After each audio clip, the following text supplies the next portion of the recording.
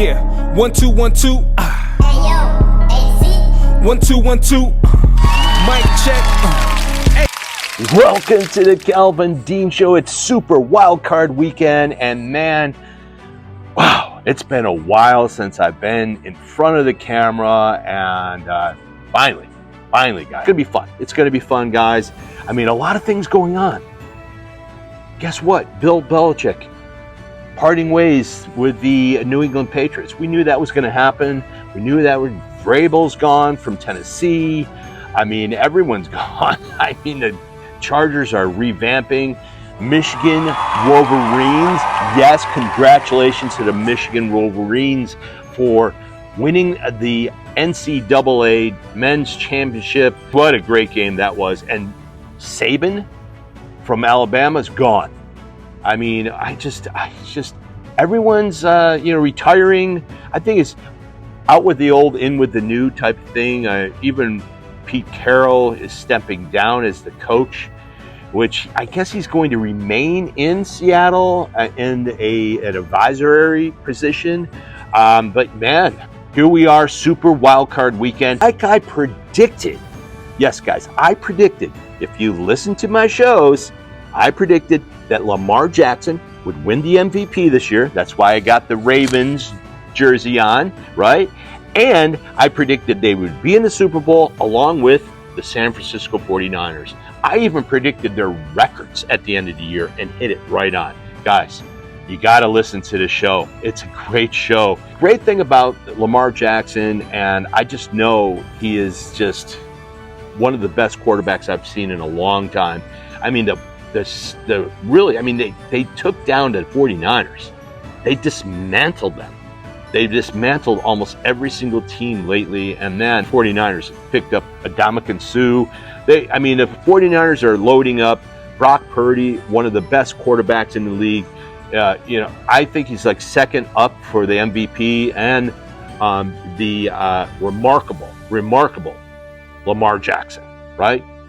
Just amazing. I'm just so happy that Lamar Jackson has won the MVP, and we're going to go on. McCaffrey, how about Christian McCaffrey? And then what about Tyreek Hill? Just amazing. Almost 1,800 yards. I think it was 1,799 yards, like a yard short to get 1,800. Let's just get right into it. Super Wildcard weekend. I am so excited, man. This is so much fun.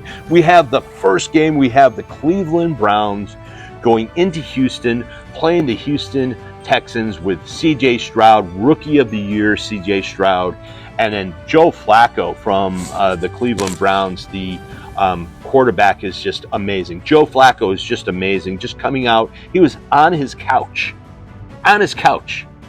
weeks ago, and now he's going into the playoffs and playing the Houston Texans.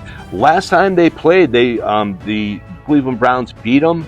Let me get the score. It was 36-22, and they beat them in Houston, 36-22, and that was when Joe Flacco went off.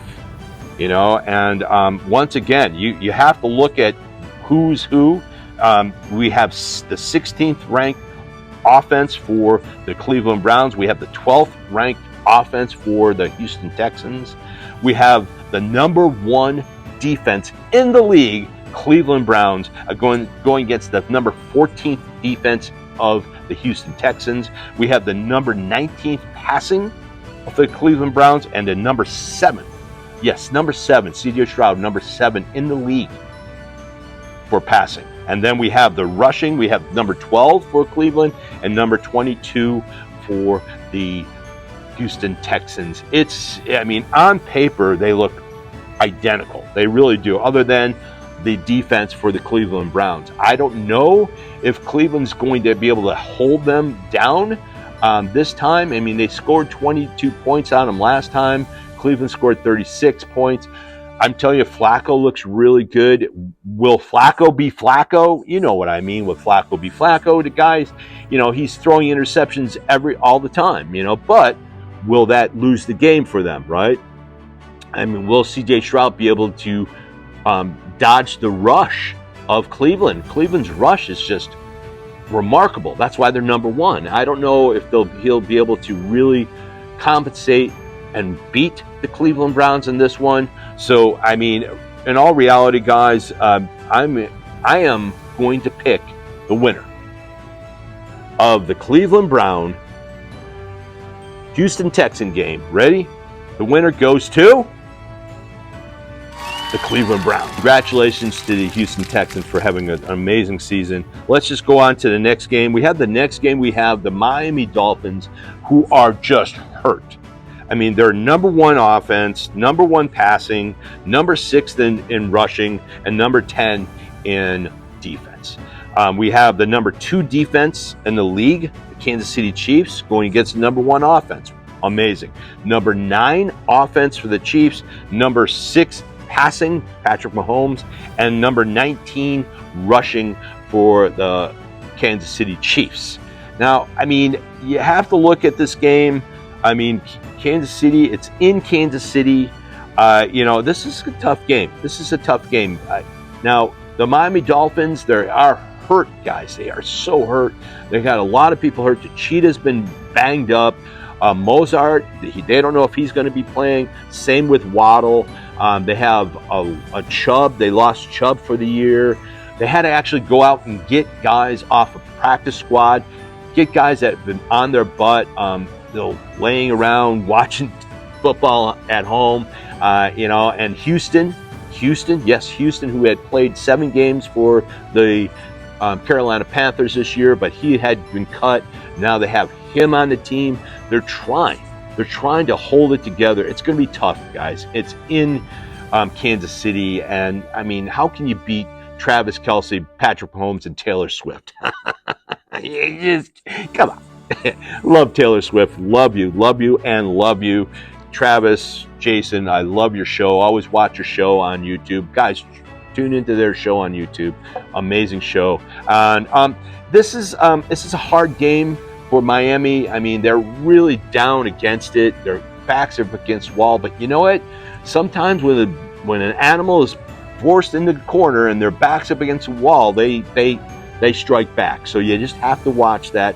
But I'm giving this one up to Patrick Mahomes, Travis Kelce, and Taylor Swift, Kansas City Chiefs. Yeah. The next game. Man. The next games are the first 3 games, mind you, of the week. The first 3 games, all AFC games. And then the next 3 games are NFC games. Okay, Sunday game, we have the Pittsburgh Steelers. They've been winning. That's all they've been doing is winning. And they're going into Buffalo, playing the Buffalo Bills. I love Pittsburgh. They're going to be without TJ Watt. He's hurt. They've already ruled him out. That's a plus for the Buffalo Bills, especially the rush, et cetera, et cetera. Josh Allen's been playing out of his mind. I think Josh Allen's going to win this game, hands down, against the Pittsburgh Steelers. Give it up to the Buffalo Bills. Bills Mafia! Yeah! We have the next game. We have the Green Bay Packers. I have been anti-Green Bay Packers for the last 3 weeks. I've been calling other teams to beat them, and they've just been proving me wrong. Jordan Love, man, just look at his throwing. It's sort of like a la Aaron Rodgers when Rodgers was actually in his prime. How he's just been throwing it up and just making the plays, making it happen. I mean, avoiding the rush. And Cowboys are at home, guys. They're 8-0 this year at home. They've won 8 straight games. It's going to be tough for the Green Bay Packers. Like I said, every time I've been calling the Green Bay Packers to lose, they've been winning. So, I mean, this is a game that I got to call. I have to call this game. I just don't see the Green Bay Packers winning this game. I just don't. They're going to go into Dallas. I think that's what it is. They go into all these teams go into Dallas. They look at all the championships, yada yada, the stadium, the cheerleaders. They get all awestruck, and then they just fall flat on their face. And I don't think that the Green Bay Packers will do this, but they are the youngest team in the league to go into the series.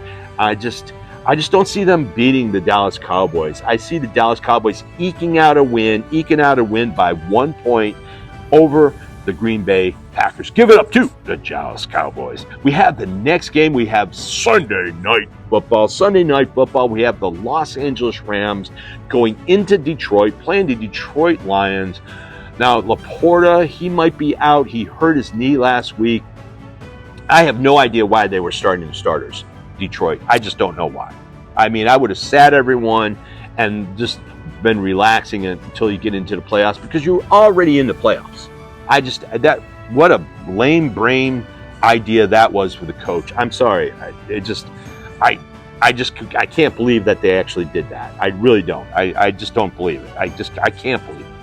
And then they go into this game against the Rams. I told everyone, be careful of the Rams. Be careful of the Rams. They are on fire. They have Williams. They have Kupp. They have Puka Nacua.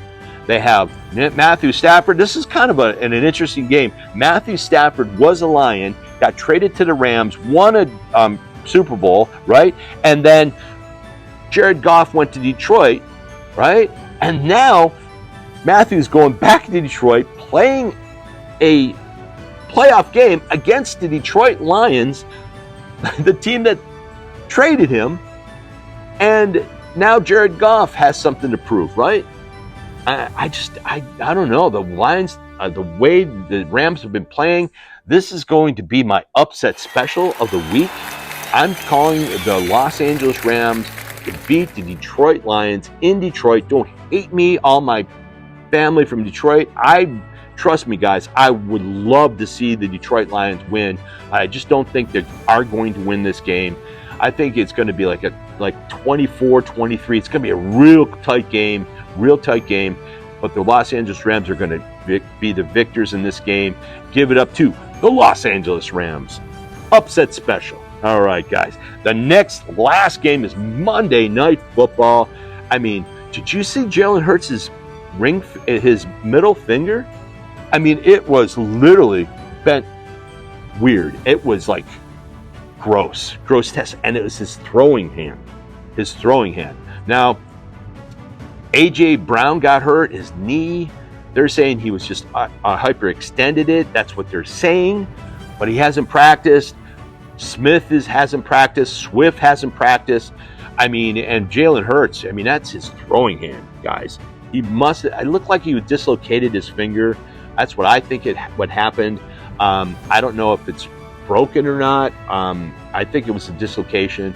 It's going to be tough for him to grip and throw the ball. This is going to be a tough one. It's in Tampa Bay. I mean, Tampa Bay looked terrible against Carolina. They barely beat the Carolina Panthers. I mean, and Tampa Bay limped into the playoffs, winning their division, right?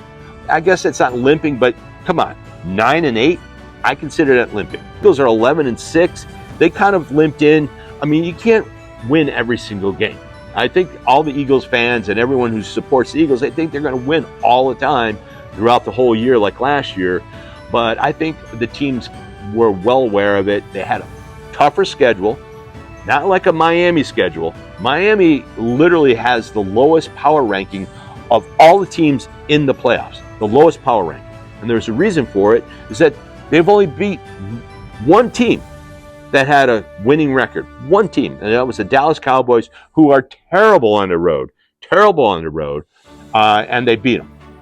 I think hats off to them, but all their wins came against teams that had losing records.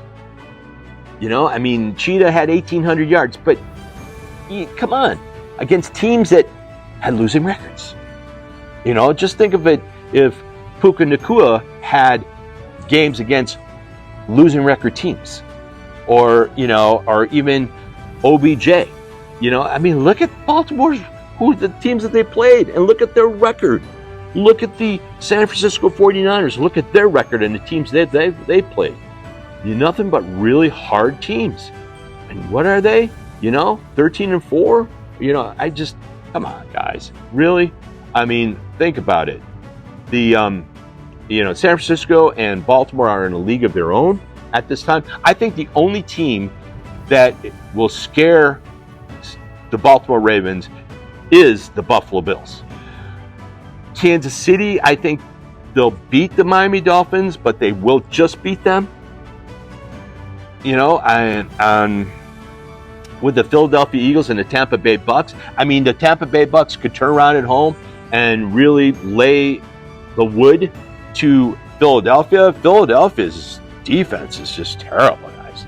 It's terrible, really. I mean, their defense is 26th in the league.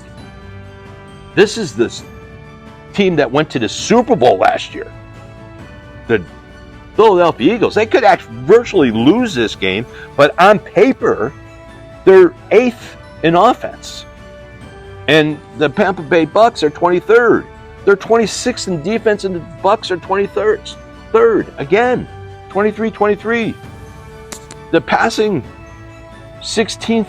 They're middle of the road. Philadelphia, middle road passing, 16th ranked passing, and the Tampa Bay Bucks, 17th. Come on, man. I mean, and the rushing for the Philadelphia Eagles are 8th. The rushing for the Tampa Bay Bucks, like they were all year and last year and the year before, last. They're 32nd. That's terrible. That's terrible. I just don't see the Bucks winning this game. I just don't. I mean, the way Philly's been playing, you would sit there and go, you know what? The Bucks have a chance. They do have a chance. They do have a chance. Will Philly continue to be playing terrible? They could. And the Bucks could win. But I don't think they will. Give it up to the Philadelphia Eagles. I mean, guys, my lock of the week is the Buffalo Bills to beat the Pittsburgh Steelers. That is my lock of the week, guys. Lock. I mean, take it to the bank. That is my lock of the week. And my upset special is the Rams to beat the Detroit Lions. I mean, I just think they will. I think they're going to go in. I think they have a good team. Now, I could be wrong. The Lions could come alive like they've proved me wrong a couple times this year. I've been a Lion supporter, and I've been loving that team. I really do love that team. They should win. The Lions should beat this game. They really should, guys. I mean, you look at the stats, you have the number 3 offense going against the number 7 offense of the Rams. Boom. Detroit wins. You have the number 20th defense for the Rams. You have the 2nd ranked passing for the Detroit Lions. Literally, on paper, the Detroit Lions should win this game. And they're at home. So that makes it a huge upset, guys. Huge upset. The Los Angeles Rams over the Detroit Lions is a massive upset. That's what I'm calling. And I'm sorry, my family from Detroit. I'm sorry about that. But, that's just the way it is. That's the way it goes. First your money, then your clothes. Anyway.